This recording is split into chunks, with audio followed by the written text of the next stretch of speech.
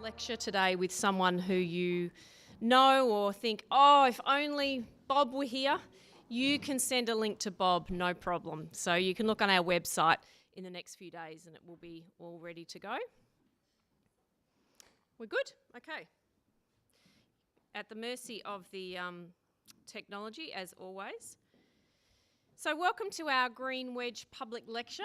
This is our second for the year. We have another one next month, and if you haven't received, as you walked in, a card, a little advertisement for the next one, please actually just pop your hand up. Rosal will bring you one.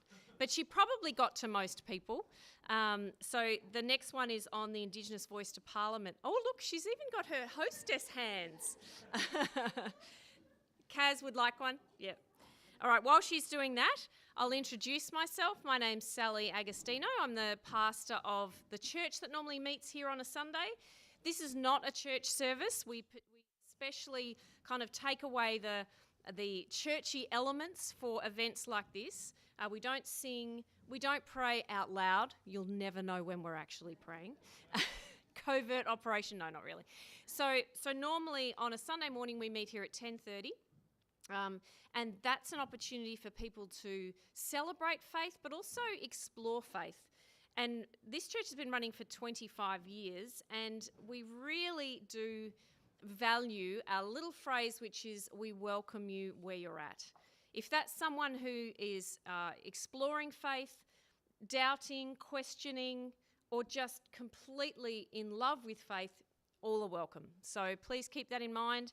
We're here every Sunday morning at 10:30. I will be introducing you in a moment to Jonathan Cornford, and he's from Manor Gum. But before we do that, we acknowledge that we're on the traditional lands of the Wurundjeri people, and we pay respects to elders past and present. We extend respect to all Aboriginal and Torres Strait Islander peoples. We acknowledge their living connection to country, relationship with the land and all living things. So today's very simple format is that I'll introduce Jonathan and ask him a couple of questions. He'll have the floor to share what he has to share. He'll also run a question time. So rather than, stick your hand up partway through, hold on to your questions or write them down, and you'll have an opportunity to ask them at the end. Then we'll just have a couple of quick announcements, and then it'll be morning tea time. So we tend to get this all wrapped up within the hour. We have started a few minutes late, but you'll be out of here by 12 easily for that lunch appointment that you have probably got organised. Bathrooms, if you need them, straight out this door, women's on the left and men's on the right, and not all the way out both sets of doors, just out this double set here. Jonathan Cornford is the co-founder of Manor Gum, a non-profit organisation that explores the intersection of economics, ecology and faith. He's been teaching about sustainable living for the last 15 years, and before that has a background in international development and working amongst Melbourne's street and drug culture. Hopefully not in the drug culture, just with the drug culture. Jonathan has a doctorate in political economy and has just completed a doctoral thesis in theology. He lives in Bendigo with his wife and 2 daughters. So please welcome him up this morning. Is your mic? Jonathan's just going to mic up, and then I'll ask him 2 very, very difficult questions before he gets going.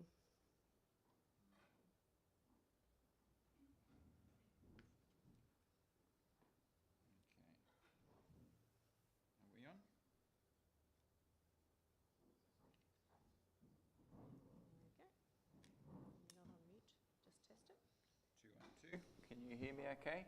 Good. Yep, great. So Jonathan, you, just given your background, you're obviously really committed to making a difference in the world, making a positive impact in the world. I'm tipping over. And then you've chosen this particular field. You could have perhaps continued in the Melbourne drug culture, for want of a better phrase. What led you to decide this big move to Bendigo and starting Manor Gum? Okay, so yeah, I probably would have continued if I continued anything in the international development work. and I started Managaum while I was still in Melbourne too, actually. But why did I do that? Finished up work I really enjoyed. So I was working for Oxfam in the time, working in international development. My work was really in research and policy analysis based in the Mekong region, looking at economic change and how that was driving a lot of things happening there, and looking at big systems and how things are affecting people. And I was always frustrated that could never really get to talk about the deeper stuff and the things really driving things. So you can talk at this level when you work in public organisations, but not that level. And I always, from the Christian communities being part of, always wanted to go deeper to think about and explore what's happening in our world in terms of both to people and to the planet, and how that's related to really big things out there, but how that's really related to us too and what's happening with us. Great. Yeah. So that's where Managaum wants to try and bring that all together, a sort of a global picture, but a very personal picture as well. Great, love it, love it. We're really looking forward to hearing you. One last question, and you can answer this however you like.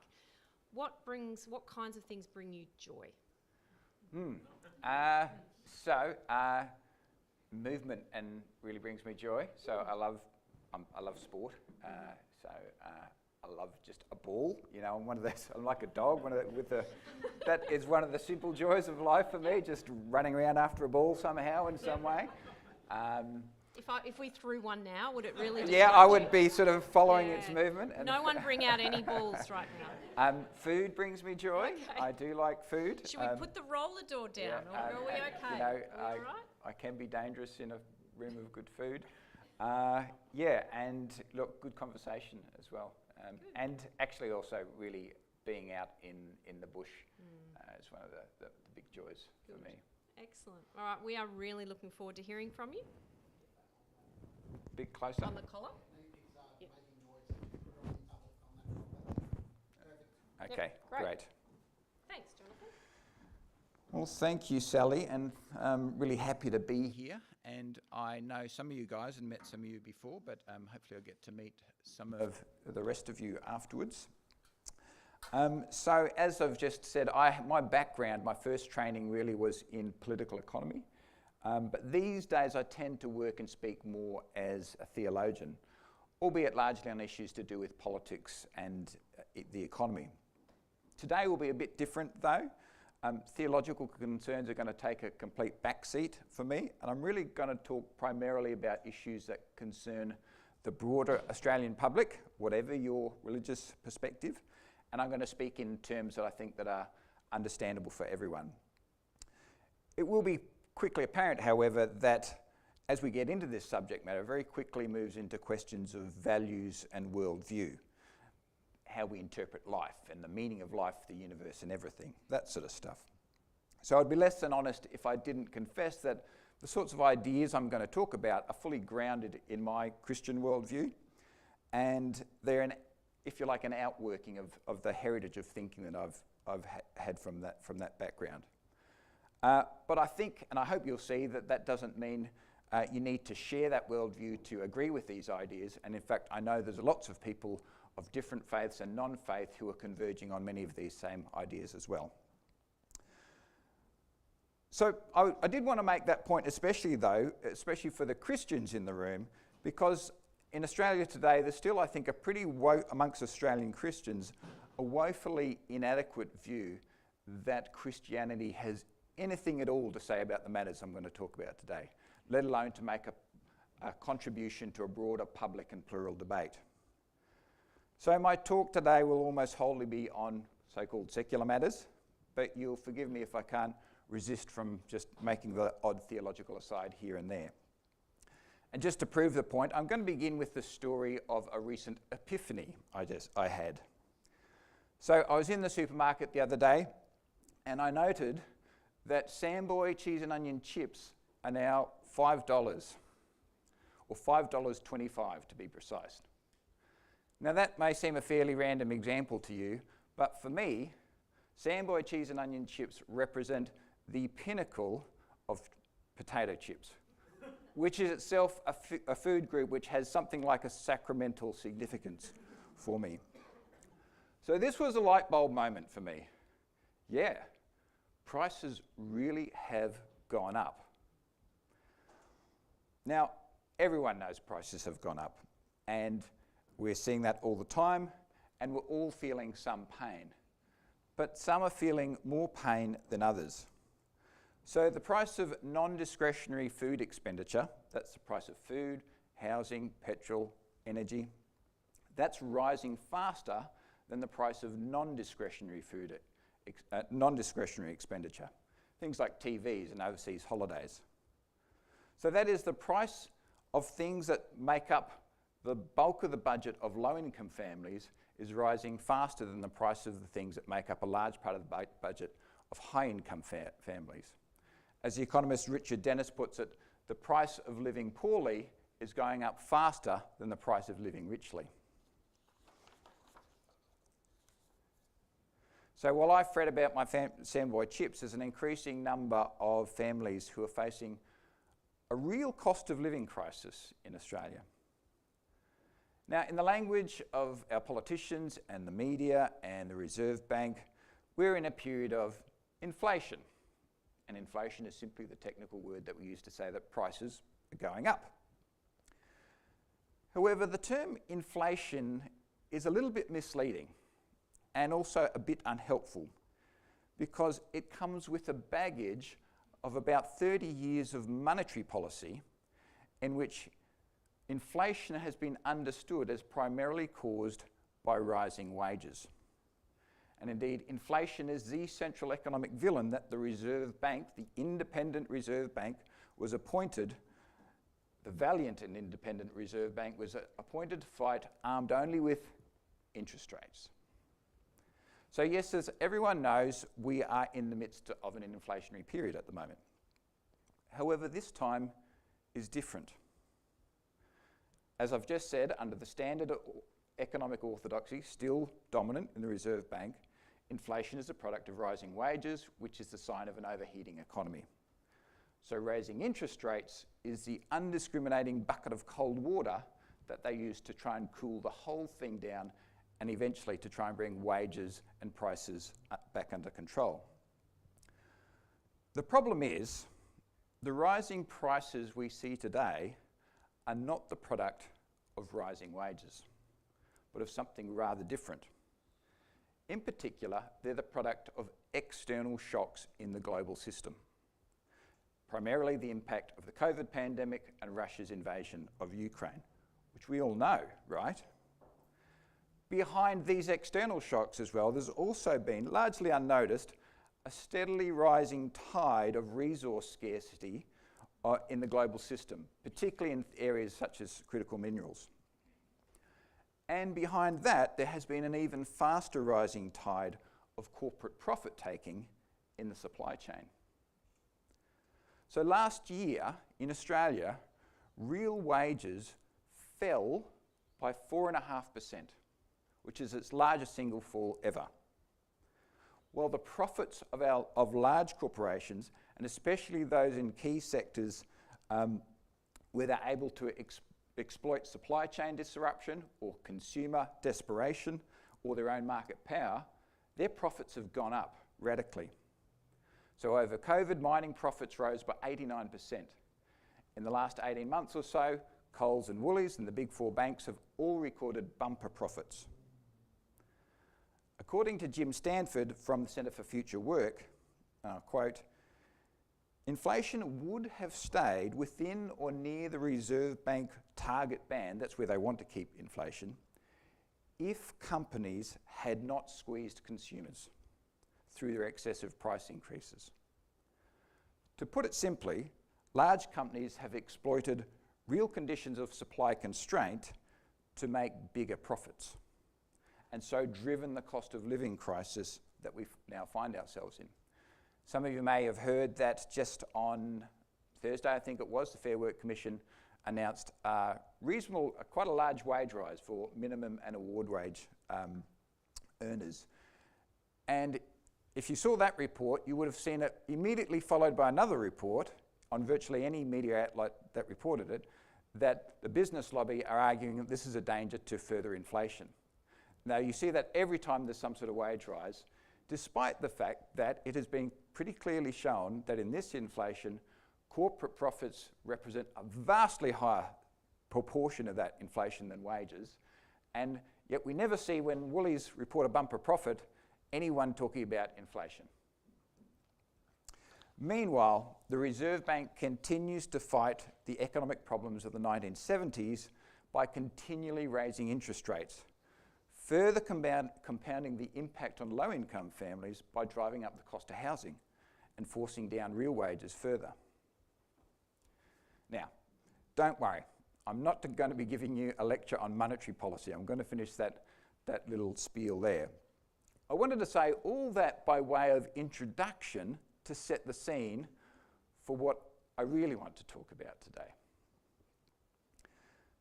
Now, it may seem strange to you, or might seem particularly insensitive of me, that in the midst of this cost of living crisis, I'm going to suggest that we should embrace a world of higher prices in which we can afford to buy less stuff. But that's what I'm going to suggest.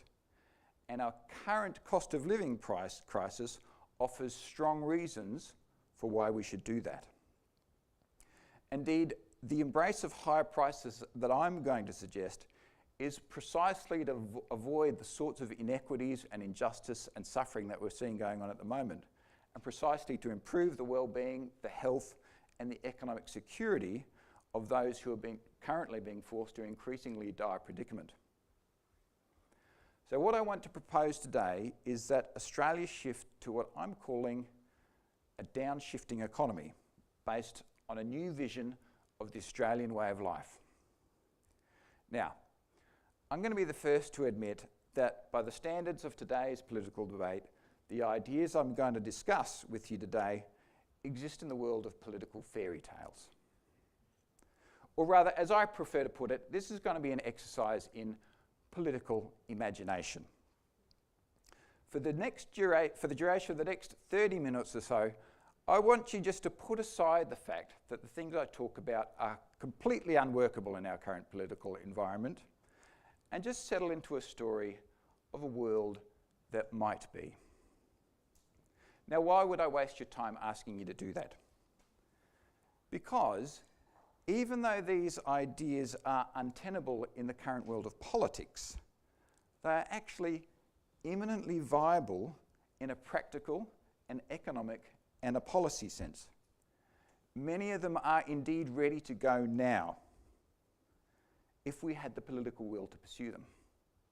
The great blockage to a more sustainable and equitable economy in our time is not that of ideas and know-how, but simply of political imagination and political will. What we really need is simply more people to be talking about the things that our politicians won't talk about. So that's really what I see my job as here today, and it's what I'm going to commend to you as your job as well. The difference between the fringe ideas of daydreamers and the imperatives of common sense policy are about a decade, I reckon. Maybe less these days. So in what follows, I'm going to talk about what I mean by a downshifting economy, why we need a downshifting economy, what a downshifting economy might look like, and I'll say something to finish up about what is required to get us there. So what do I mean by a downshifting economy? Well, I imagine many of you have heard of the term downshifting to apply to people who choose to cut back their paid work and accept living on a lower income in order to simplify their lives, to live at a slower pace and a smaller scale.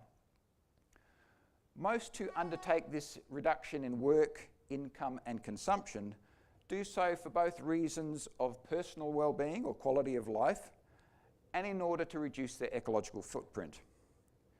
Downshifting often comes accompanied by a whole bundle of practices in the realm of sustainability and ethical consumption.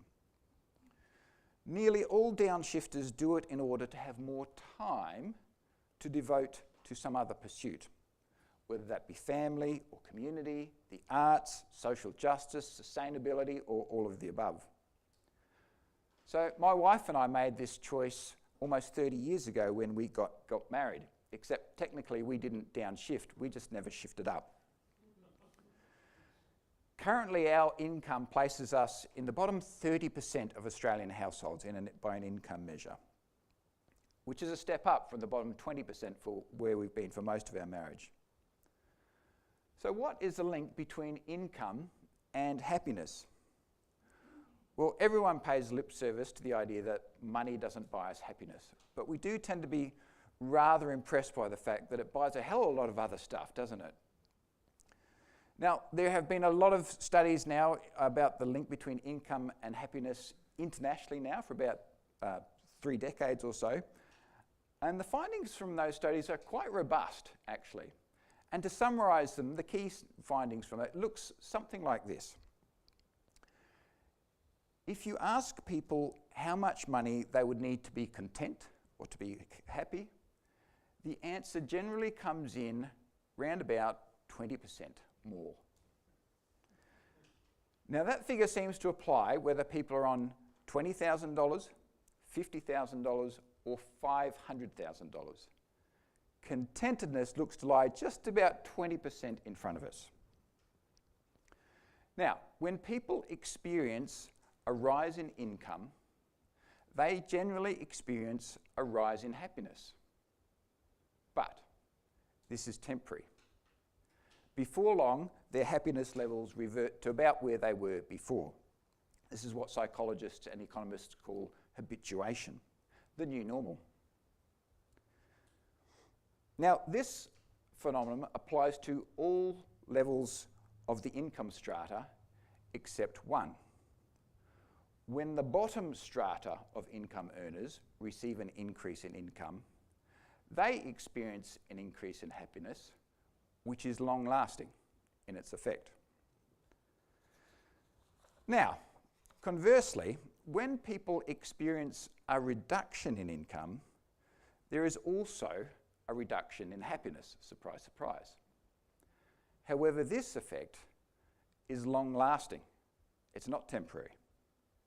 And this also seems to be almost universal, but there is one clear exception.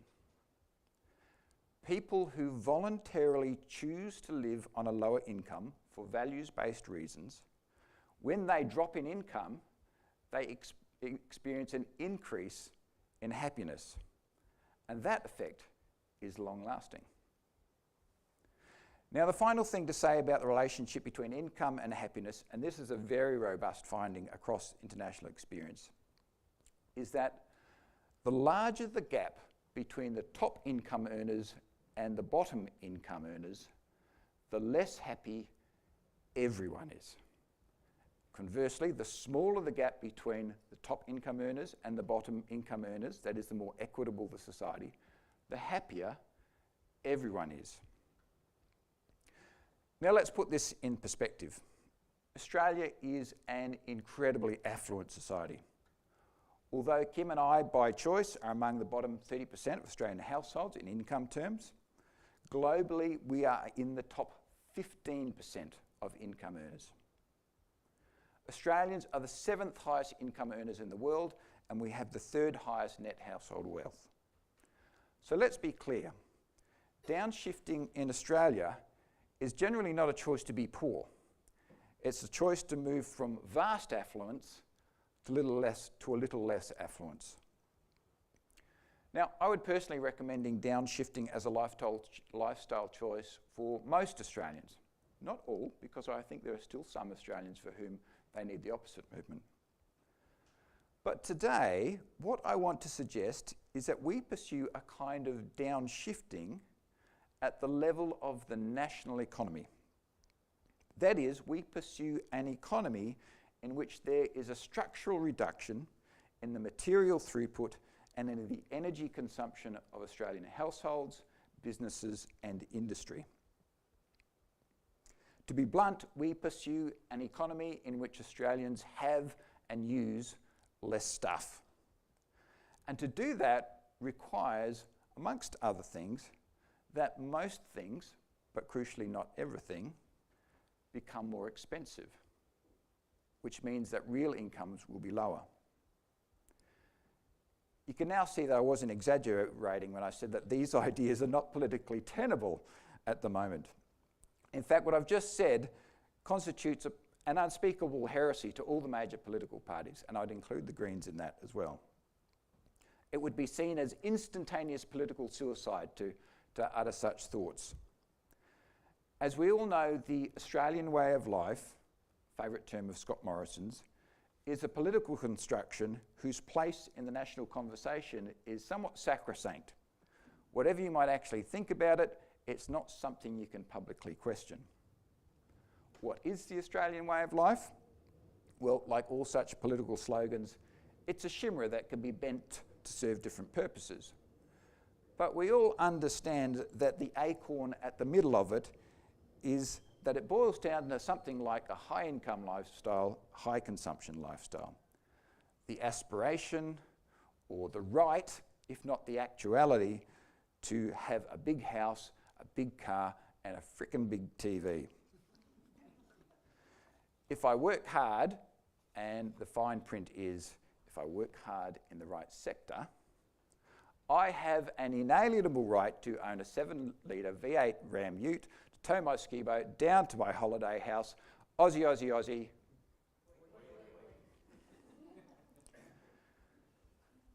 Clearly, if we're going to move towards a downshifting economy, we're going to need a new vision of the Australian way of life. I'm going to return to this later. But first, why on earth would we choose to structure our economy so that most things cost more and our incomes are effectively lower? Well, there are many compelling reasons, but the first is that it's going to happen anyway, whether we choose it or not. The current cost of living crisis is the opening wave of what will very likely be an ongoing series of economic disruptions that proceed throughout this century, and which, like a climate change fueled cyclone, will get progressively stronger as they go on. As we can see right now, when this happens to an economy that is unprepared, that is to an economy that's predicated on cheap stuff, dominated by massive corporations and by the ruthless application of market forces to all areas of life, the result is rising hardship for the lower classes, as we see, and a widening social and political chasm. We can see this happening in Australia today. We can see it even more sharply in the UK and the US at the moment. Now, why is this going to happen anyway? Well, I think most of you probably already know roughly the answer to this. And that's because the 21st century is booked in to be a troubled century.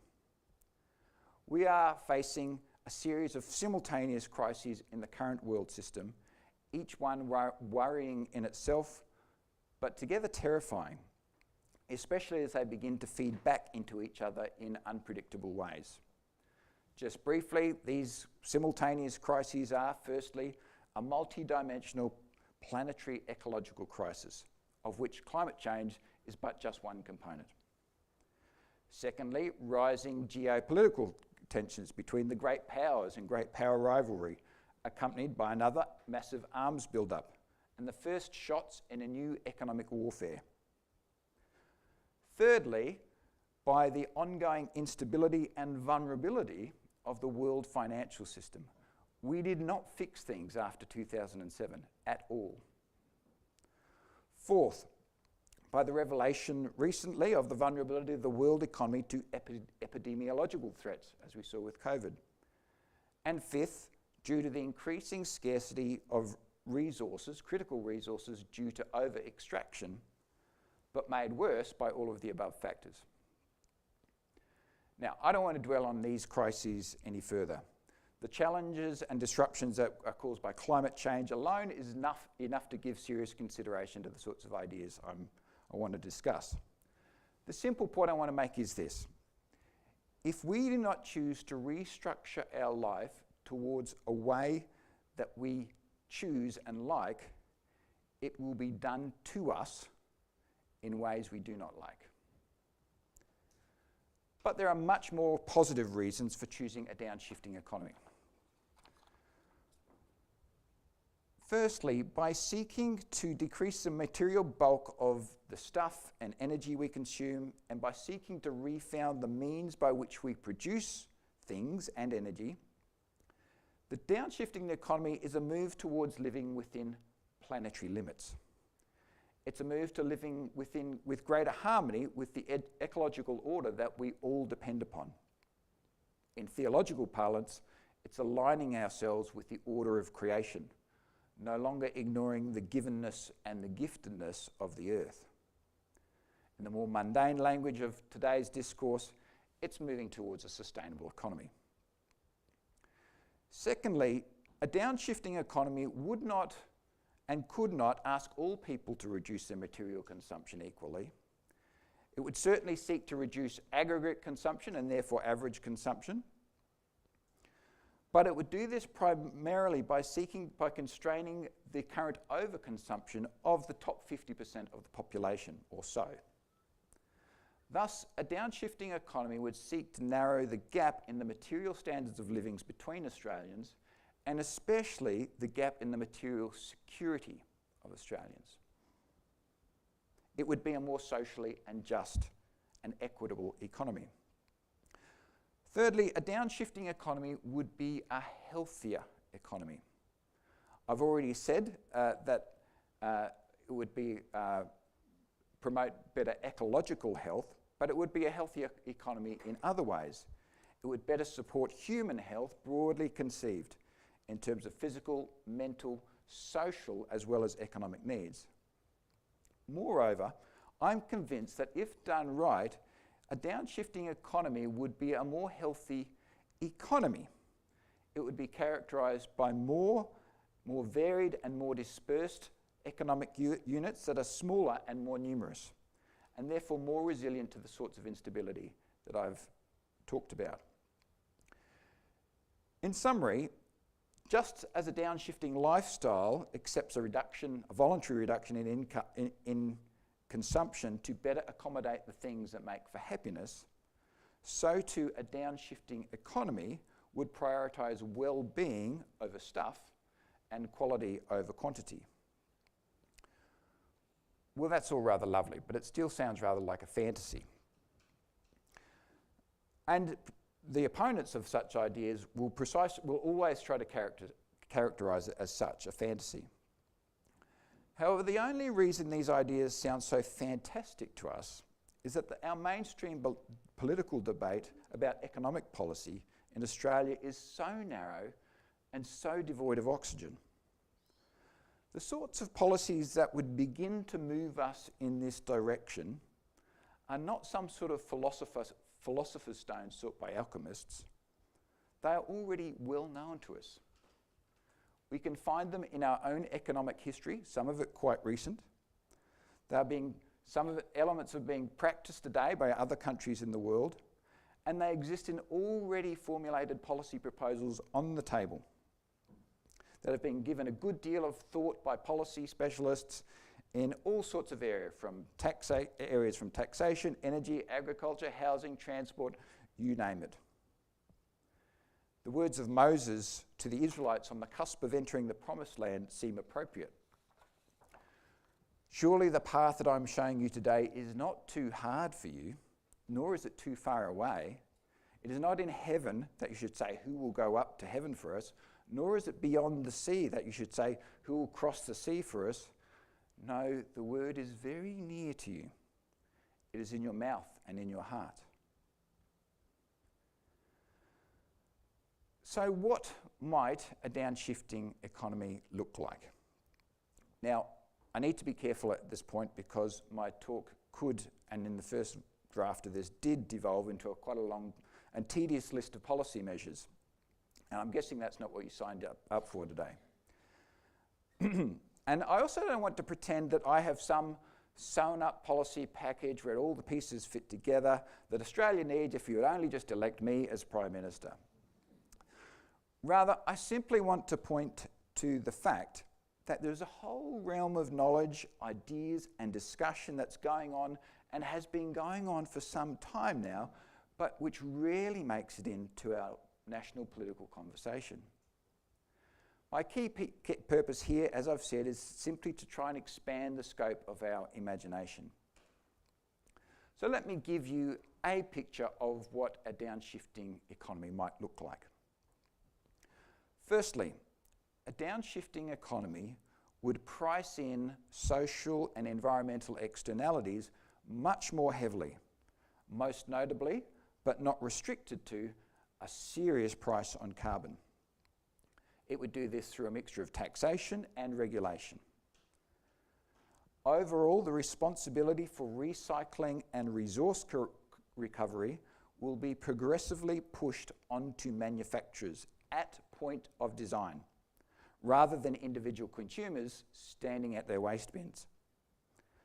As the price of nearly all new materials go driven up by this and manufactured products become more expensive, a downshifting economy will develop a structural bias towards the circular economy, to resource recovery and reuse. Because of this, a downshifting economy will not seek and cannot seek merely to transition from fossil fuel to renewable energy.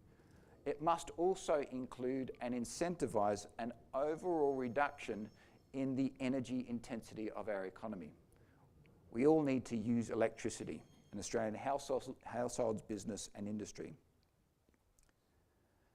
A downshifting economy would incentivise regenerative farming and, through a mix of antitrust and competition regulation, break the price-setting power of the big supermarkets and the multinational food processing companies. The movement will be to progressively raising the price of food at the farm gate. That's the price paid to farmers, tied to improving the agroecology of farming in Australia, supporting biodiversity, hydrology and carbon sequestration in our landscape. Now, while the price of food, energy and most goods will go up in a downshifting economy, the price of housing, health and education will become far cheaper. And in the case of education and some areas of health, be returned to being truly free again. Now, there are a whole host of policy measures that are needed to do this, including breaking some very large vested interests. But the long and short of it is that will require a massive reinvestment by government in these areas, especially housing. Now, this leads me to the next point, which implies that a downshifting economy will require a new fiscal state, underpinned by a transformed taxation system, populated by such things as a property value tax, a wealth tax, and a financial transfer tax, and removed of such things as stamp duty, payroll tax, and capital gains discounts. Once again, this is not pie-in-the-sky stuff. The numbers have been crunched around these sorts of policies, and they are imminently doable. Lastly, a new fiscal state also implies a transformed social security system. Personally, I'm not yet convinced by arguments for a universal basic income, but I think it is one of the ideas that should be considered at least, along with other proposals such as an extension of the pension into a living income guarantee and other similar proposals. So there, in a very small snapshot, in an incredibly general way, is a picture of what a downshifting economy might look like. Now, a problem with what I've just, the picture I painted, is that it may sound a bit too easy, probably does. Even though I do want to affirm that there is already a lot of knowledge and experience and ideas we can draw on now to move in this direction, there is no certainty once you begin changing large economic systems like the economy. We face the difficulty that a transition in this direction cannot be achieved in one fell swoop, and to try that would almost certainly be disastrous. And yet we also need to move quickly. Changes need to be made based on the best thinking and evidence we have available to us, but they do need to be introduced in a staged manner so that we can adapt them based on what happens and as the world changes around us. There's little room, I think, for being ideologically wed to any single policy or package of policies, whatever they may be. Policy is merely a vehicle towards an end, and there is nearly always more than one way to skin that cat. We need to be armed with a good kit bag of ideas and policies, but what we need more than anything is a clear vision of where we want to go. I would argue it's the absence of precisely this that makes our current politics so moribund and our political leaders such moral cowards. Whatever policies and tools we use to get there, we need a new vision of the Australian way of life. Now, I've offered some reasons and evidence for why we need this, but ultimately reasons and evidence are not enough. Let me read a quote to you by Gus Speth, who was a senior climate advisor to the Clinton government. Here he is reflecting on his career. I used to think that the top environmental problems were biodiversity loss, ecosystem collapse, and climate change. I thought that 30 years of good science could address these problems. I was wrong. The top environmental problems are selfishness, greed, and apathy. And to deal with these, we need a cultural and spiritual transformation. And we scientists don't know how to do that. Gus Speth is right. What we need is something like a collective spiritual conversion. At the heart of it must be a new vision of where goodness lies in life and a reordering of the scale of values that we live by. The current vision of the Australian way of life is so cluttered with protections of our individual rights that it allows very little room for a vision of what is right for you, for me, for our neighbours near and far, and for the whole community of creation. Theologians know that our scale of values, or how we ascribe worth to things, reveals what we truly worship. The current Australian dream worships gods that do not deserve the valuing we give them. In Christian theology, the only thing that deserves true worship is that which underpins the whole ecology of life. Now, it might sound like I'm positioning to describe the role that churches could play in a transition to a downshifting economy, and that would be nice. However, the sad reality is that most Australian Christians are also in need of a spiritual conversion to a new vision of life. And I'm hopeful that such thing is actually underway in some quarters, but there's a long way to go. Whoever you are, the most effective evangelists for a new vision of the Australian way of life will be anyone who's making that shift themselves. I've said that to bring about a new political imagination, we simply need more people to begin talking beyond the bounds of what's currently allowed, and that's true. But it will be so much the better when the talk of such people is shaped not just by imagination, but also by experience. I'm going to finish there. Thank you.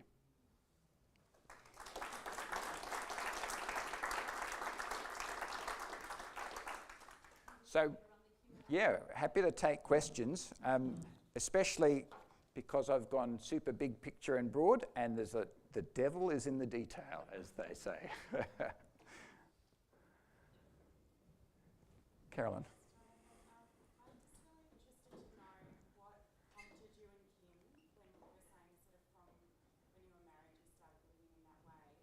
What was the catalyst for you to start living that way? Yeah, thanks, Carolyn.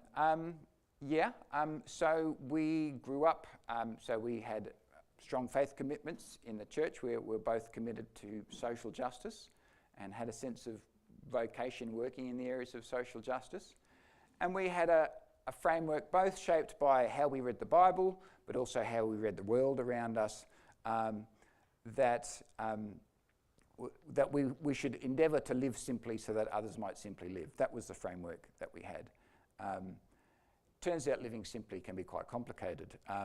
But that was where we started, and we knew that actually right at the heart of that was being able to live on a lower income than the norm. And a recognition, and quite early in our marriage we went to spend time in Laos together, and that was really critical for really cementing deep within us what we already knew, which is how ridiculously affluent we are in Australia.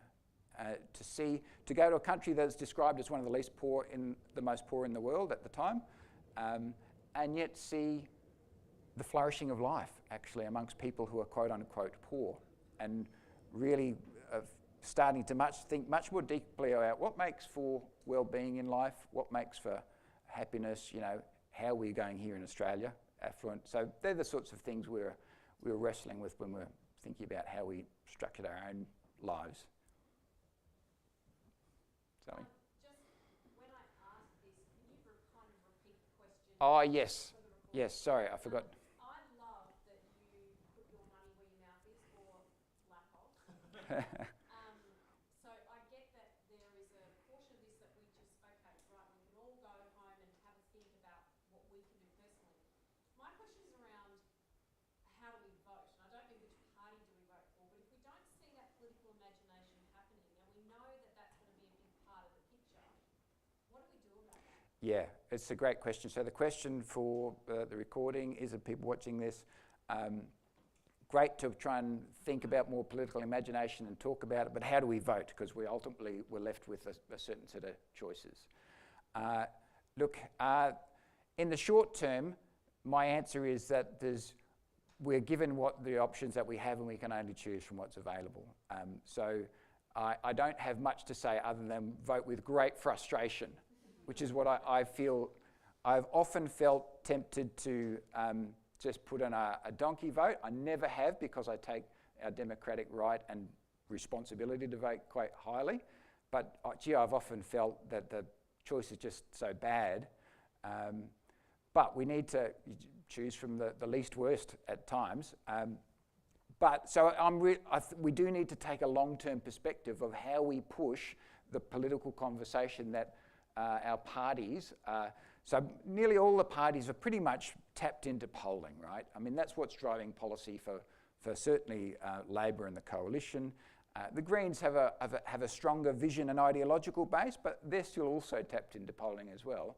So what we need to do is shift the conversation around us, and having looked at the history of social movements throughout history, that nearly always starts in obscure meetings like this one, in different places that make no difference to anything, people getting together and talking on scale. So the great labour rights movements, the anti-slavery movements, all began like this, people talking to each other, young Quaker girls refusing to have sugar in their tea because it was tied to slavery, and so on.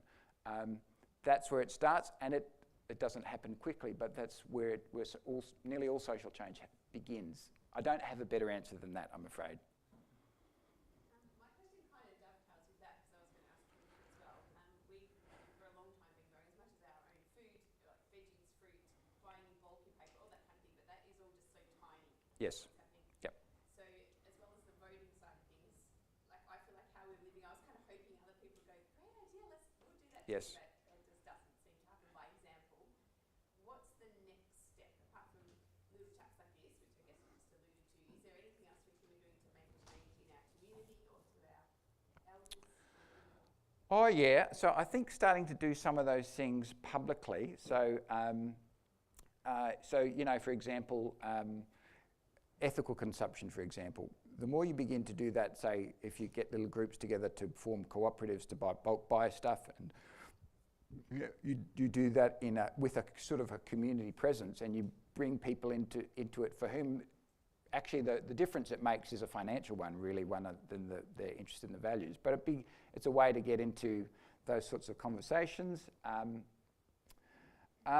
Look, in the long term, also, the signals that you do send through the market, and this is a messy process because it's not a simple straight line, it does matter that you're selecting green products, that you're spending dollars in, because people are counting and graphing where these things are going, and as the ethical consumer group say, your dollar is your vote to a large extent. So that is just like your vote, and I often vote, back to the voting question, not because I know it's going to make no difference, and I've always lived in safe electorates, which is a curse.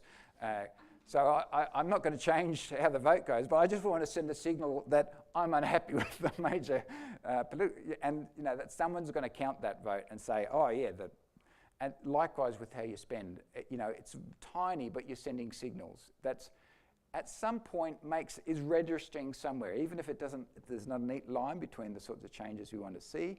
It's building momentum, which is just to extend on, which is why it's still worth trying to hold on to those soft plastic bags that we know are just not being recycled like they should be, and even though we were told for ages that they would, because we need to keep forcing that system to drive the scandal, that they're not being, to make that scandal more apparent about what's happening in our recycling industry. Can you tell me what a downshifting life looks like in a day, week, month, year? Do you mean for a house? For yourself and your family. Look, I mean, at a very to a large extent, we are quite middle-class people. Our lifestyles look like, we look like middle-class people. We feel like middle-class people. The key differences are that we work part-time, so that's why we have lower incomes. We do spend more on consumption to pay more for good things. So having more time from working part-time means that we have more time to do other things, and that includes for us a reasonable commit to growing some of our own food. We're not trying to be self-sufficient or anything like that, but a good portion of our own food, so that means quite a lot of time around what we call our home economy. So not just food growing, but food manufacturing, then all the sorts of composting systems and other things to try and get that all working together, the sort of mini ecology of our yard. So quite a lot of time goes in that. We're involved in our local church community, which is involved in its broader community, so that is where a fair bit of our other time goes. And other than that, play sport and watch Netflix like other people. Probably try to watch less of the Netflix as I should. But in one sense, we just look pretty middle class.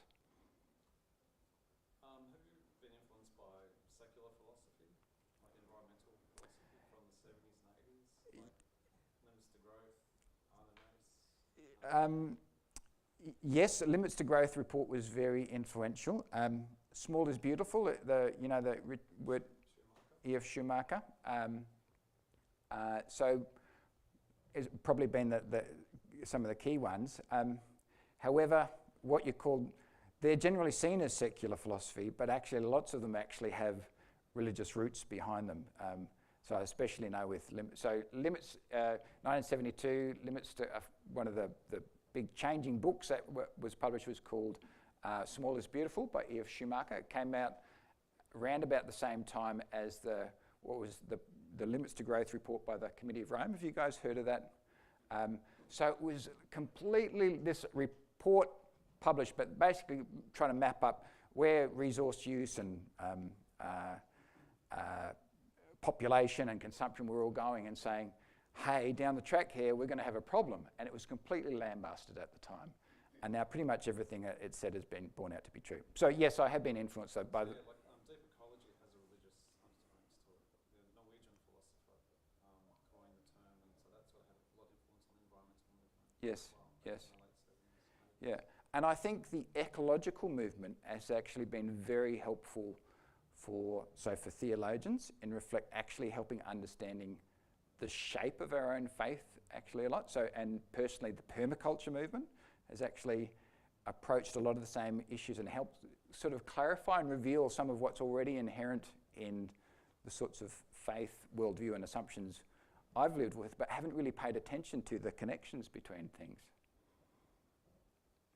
One more question. I'm not sure how old your kids are, but I'm just wondering how you engage on these issues with them. Do they engage, or they roll their eyes at you? And They do roll their eyes. Not so much on these things, more about like dishes and things like that. So my eldest just finished year 12 last year, and my youngest is in year 11 now. So we're getting at the sort of towards the end of that phase of life. Yeah, we've never, I mean, that's sort of just been part and parcel of our lives, and we never really lectured, you know, well, actually I shouldn't say that. No, you know, sometimes when, you know, my youngest daughter particularly didn't like riding a bike and wanted to be driven to school, and, you know, maybe a lecture came out once or twice out of frustration. But look, mostly they've just accepted, they haven't really, actually I've talked to them just, we did for something I wrote, I did an interview with them just to try and actually get out what they really thought about some things, and mostly they hadn't actually even noticed that we were any, in fact, because we've chosen to live in low-income neighbourhoods, they've mostly thought we're quite rich, or we're, you know, they've understood that we're privileged, and it's only more recently they've got a bit of a bigger worldview, and they've asked us a bit more about our income that they've started to realise that's not the case. But yeah, so, you know, I think that I've tried to get a sense of, have they really, you know, have they suffered by, you know, so they didn't get mobile phones when all their friends got them and stuff like that. So they missed out on social media, which is, you know, that's a big thing for kids. And they think that they both said that that hasn't been huge for them. So they both have mobile phones now. We said when they got 15, if they wanted one, they could get one themselves, and we limited their social media. So I think they've approached that stuff a bit better. Doesn't mean they're any way free of all the temptations that come with that. But sorry, and I forgot to repeat what the question was, which was about how have our kids found it. And how do you engage with, do you have deep philosophical conversations around the dinner table? So with my younger daughter, yes, not around, yeah. So she's up for actually talking about stuff. She really, my eldest daughter is very practically minded. She wants to know about the best way you do something, you know, and is not too interested in the big discussions. Yeah. Unless there's a burning question. Is there a burning last? Oh, there's a burning question. Go, Steve. I'm just wondering, very broadly, what your advice to a business owner would be who employs people. Yes, okay. The question was advice for a business owner who employs people. Look, this is, I think that there may be an article on commerce from a Christian perspective in one of those newsletters which are free there. But very simply, so I think thinking about business, thinking ethically about business means starting from a different base. And so, but any business owner has to exist in the world of commercial realities. You can't, so I don't think you can have an entirely ideological vision of a vision if that means that actually you just cannot compete in the marketplace, because that's the reality. But there is a lot you can do in terms of treating workers better, even if it doesn't necessarily mean paying them more. There is a lot can be done in terms of treating workers with more dignity. There's a lot that can be done around procurement and who you contract off, how you structure your own business and what it's doing. A lot has to do with what sort of business. You know, I think there are some businesses that can do all sorts of things really well, and frankly, I think there are some other sorts of businesses that you just can't be done ethically, actually, as well. So it depends on what sort of economic activity is going on as well. Quick answer. Yeah, no, that's great, and you can continue that over morning tea. That I found myself on a bit of a roller coaster there. It was, oh, this is all so bad, but no, wait, maybe it's not all so very bad. And I think knowing that we are part of a groundswell and knowing that movements happen and often start in places like this, that's super encouraging. Can we give Jonathan a very big thank you?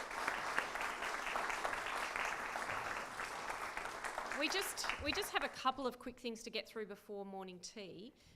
First of all, very practically, Kate and Dave, you're part of a local co-op, is that right? Food co-op? Are you still part of that? Chat to them at morning tea if you're a local and that's something you might be interested in. Kate's also got a crochet afternoon today, so if you're interested in crocheting and would like to sit by the fire and drink chai, I mean, come on, who wouldn't? Chat to her. Vicky, would you be, is it Vicky? I got that right. Me, yes. Yes, is part of a local group. So if you want to know what's happening locally in this sphere, would that be okay if people chatted to you over morning tea? Probably should have asked that, but I didn't. And then second last is our next public lecture, which I mentioned you could have got a card for.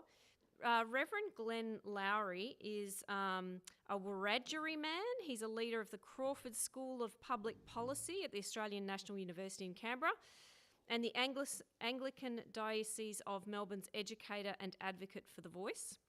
He's the chairperson of the National Aboriginal and Torres Strait Islander Anglican Council, the vicar at St Oswald's in Glen Iris, and artist in residence at St Paul's Anglican Cathedral in Melbourne, and he deigns to come and speak to us. So we are very, very grateful for that. Please take a note in your diary. And then lastly, and Isaac, you'll notice I stole these off the table. If you could please come up, we have one last announcement. For those of you who aren't aware, Isaac, who attends here, it works for Eden Jewellery, which is I see the problems of advertising consumption, but if you could, let us know what this is about. So everyone's ethical spending will start after today. So I work, most people know Eden's a social enterprise that is anti-trafficking, and July 30th is the World Day Against Trafficking. And so we have a bracelet that we usually put out every year. And it isn't actually officially launched yet, but we will be away when it does come out. So I thought people at Southern are so supportive of Eden, so I brought some if you feel like you want to support it. There'll be a QR code on it that will have more information, but it's not up yet because it hasn't been launched yet. And there's just a short video explaining the bracelet, so if you want to watch that.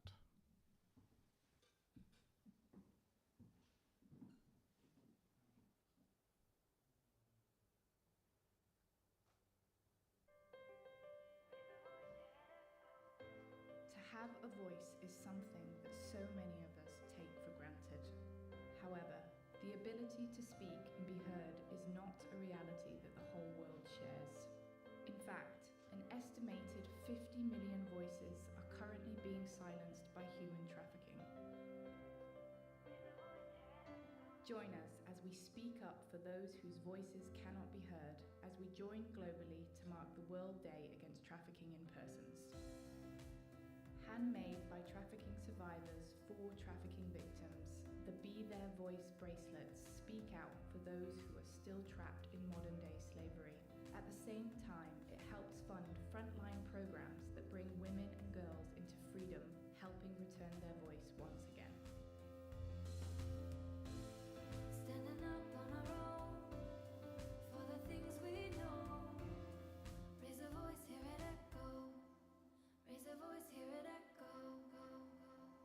Be their voice. This is Eden. So you have a couple of things to do after this service. You've got people to speak to. You might want to ask Jonathan a question. Please visit his table. He's got a couple of books for sale, which you will need cash for. He's like, yep, but that's fine. If you've got $20 in cash, that's how much each book is. If you've got credit... You could just take one and I could tell you how to pay for it later on the internet too. God bless you. Please take a look at all of that and enjoy some morning tea. Thanks so much for attending.